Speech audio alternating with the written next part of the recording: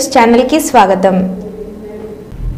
TTD దేవస్థానంలో 1000 మందికి పైగా ఇతర మతస్థులు ఉన్నారు। వాళ్ళను ఉద్యోగాల నుండి తొలగించాలి అని అన్ని మతాలు ఉండడానికి సత్రం కాదు। వారికి స్వామివారి మీద విశ్వాసం నమ్మకం లేదు। హిందూ సనాతన ధర్మం మీద ఆలోచన లేదు। అలాంటి వాళ్లకు టీటీడీలో ఉద్యోగం ఎందుకు ఇచ్చారు? వాళ్ళు ఇంకా ఎందుకు ఉద్యోగాల్లో కొనసాగుతున్నారని కేంద్ర మంత్రి బండి సంజయ్ అన్నారు। స్వామివారి మీద విశ్వాసం నమ్మకం లేదు। హిందూ సనాతన ధర్మం మీద వారికి ఆలోచన లేదు। ఆ సనాతన ధర్మాన్ని కాపాడాలి, సనాతనానికి అనుగుణంగా వివరించాలని చెప్పి ఆలోచన వరకు లేదు।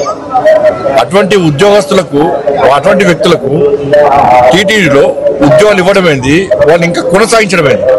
ఎప్పుడు ఒకసారి మార్పు జరగాలి। అరే గతం నుంచి ఉన్నారు వాళ్ళు, మేము ఏం చేయలేమంటే అది చేతకాంతరం అవుతుంది।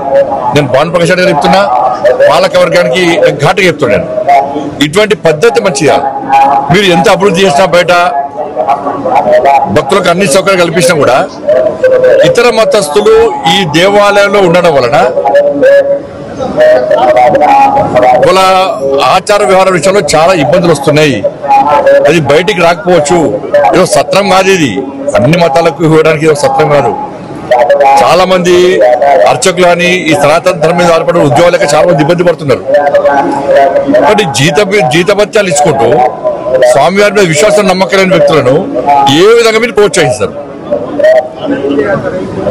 గతం నుంచి వస్తున్నప్పుడు కూడా ఎక్కడో ఒకడ పురుష బిడ్డల వాటి అరే నాకు ఆశ్చర్యం అనిపిస్తుందండి।